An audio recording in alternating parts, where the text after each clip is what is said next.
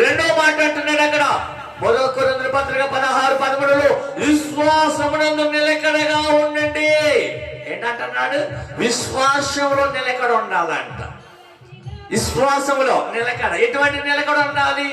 చూడండి, మత్తయి సువార్త 15వ అధ్యాయము 25వ వచనం. ఎటువంటి విశ్వాసమునందు నిలకడ ఉండాలి మనకి? ఎటువంటి విశ్వాసం కావాలి? మత్తయి సువార్త 15 అధ్యాయం 25వ వచనం. అయినను ఆమె వచ్చి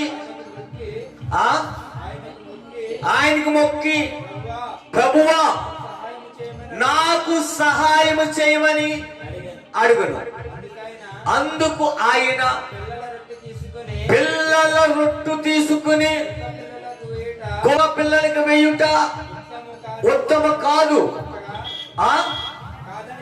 కాదని చెప్పగా ఆమె నిజమే ప్రభువా, కుక్క పిల్లలకు కూడా యజమానుల బల్ల మీద నుండి పడిన మొక్కలు తినుడు కదా అని చెప్పును.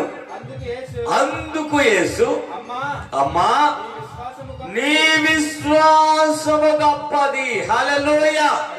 యేసుక్రీస్తు ప్రభువారు చూడండి, ఒక వ్యక్తిని కుక్కలకేసిన నీకు తినకూడదంటే ఆమంటుంది నేను కుక్కనే. చూడాలి, ఆమెలో ఒక వినయము, ఆమెలో ఒక విధేయత, ఆమెలో ఒక తగ్గింపు. ఏమంటుంది? నేను కుక్కనే ప్రభువా, నేను కుక్కనే నాయన అంటుంది.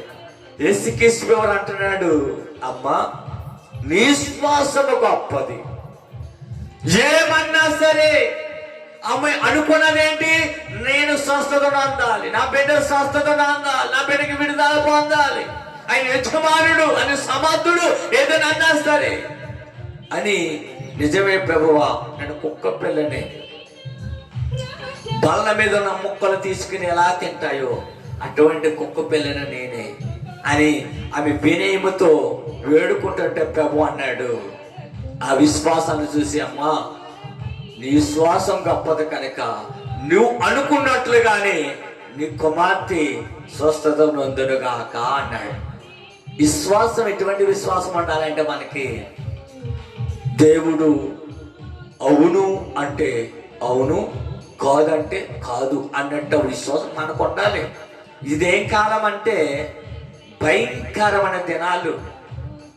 నేను అంటాను, బైబిల్ చెప్తుంది, ఒక ఆయన ఉన్నాడు బైబిల్లో, ఎటువంటి సమయంలో కూడా దేవుని ఆరాధించాలంటే అబోకు 3వ అధ్యాయములో ఒక ఆయన కనపడతాడు.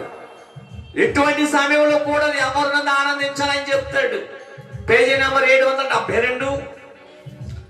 అబోకు 3:17 వర్షాలు అంటాడు, అంజూర్పు చెట్టులు పుయ్యకుండలను, ద్రాక్ష చెట్టులు ఫలించకపోయినను, ఉలవ చెట్టు కాపు లేకుండాను, చేలోని పైన పంటకు రాకపోయినను, గొర్రెలు దొడ్డులో లేకపోయినను, పాలలో పశువులు లేకపోయినను, నేను యెహోవానందే ఆనందించుదును, నా రక్షణకర్త అయిన నా దేవుడు నందు నేను సంతోషించుదును. హల్లెలూయా. క్రైస్తవుడు ఇటువంటి నిరీక్షణ ఉండాలి, ఇటువంటి ధైర్యం ఉండాలి, ఇటువంటి నమ్మకం ఉండాలి. ఏమంటున్నాడు? ఇదిగో నేను వేసిన ఈ అంజూరపు తోటలు కాయలకు పోయినా నాకు బాధ లేదు, ద్రాక్ష చెట్టులు ఫలించకపోయినా నాకు బాధ లేదు, ఉలవ చెట్టులు కాపు లేకపోయినా నేను బాధపడను, చేలో పైరు పంటకి రాకపోయినా నేను బాధపడను. చూడాలి, ఏమున్నా లేకపోయినా, ఉంటే పోతే కానీ నా దేవుడు నందు, హల్లెలూయా, నా సృష్టికర్త నందు, నన్ను సృష్టించిన దేవుడు నందు నేను ఆనందిస్తానంట. జోనా ఏం చేయాలి? మనము ఆనందించాలి. కష్టాలు వస్తే పోతే, కష్టాలు ఎప్పుడు శాశ్వతంగా ఉండవు. ఈ బాధలో నలిగిపోతే ఆనందం ఎప్పుడు పొందుకుంటావు? అదే అంటున్నాడు భక్తుడు, నువ్వు ముందుగా వెలుగు కలిగి ఉండాలి, సిద్ధ మనసు కలిగి ఉండాలి. ప్రభు స్వరము ఏ గడిలో ఏ సమయంలో వినగలుగుతావు, వినే టైంలో వినాలి అని చెబుతూ, కుక్క అని సరే అన్నా సరే, అవును నేను కుక్కనే అని తగ్గించుకుంది కనుక అనుకున్న కార్యం ఆమె పొందుకుంది. ఏదనంటాడు యాబోకు, ఏమున్నా లేకున్నా నా రక్షణకర్తైన నా దేవుడు నందే నేను సంతోషిస్తాను. ఏం చెయ్యాలి ఇప్పుడు మనం? యేసులోనే ఆనందం, యేసులోనే సంతోషం. అందుకంటాడు, ప్రయాసపడి భారము మోస్తున్న సమస్త జనులారా నా వద్దకు రండని. ప్రపంచ దేశాలలోనంట ఈ మాట చెప్పిన ఆయన ఎవరు లేరండి, ఈయన ఒక్కడే. ఎవరైనా జీవమగల దేవుడు. బైబిల్ చెప్తుంది, దేవుడు చేయాలంటే ఇదని చేయడానికి సమర్థుడు. నీవు స్థితి ఏదైనా, నీ బతుకు ఏదైనా, నీ పత్తి ఏదైనా, మొట్టమొదటిగా మెలుగు కలిగి ఉండు. రెండోదిగా విశ్వాసమందు నిలకడగా ఉండు.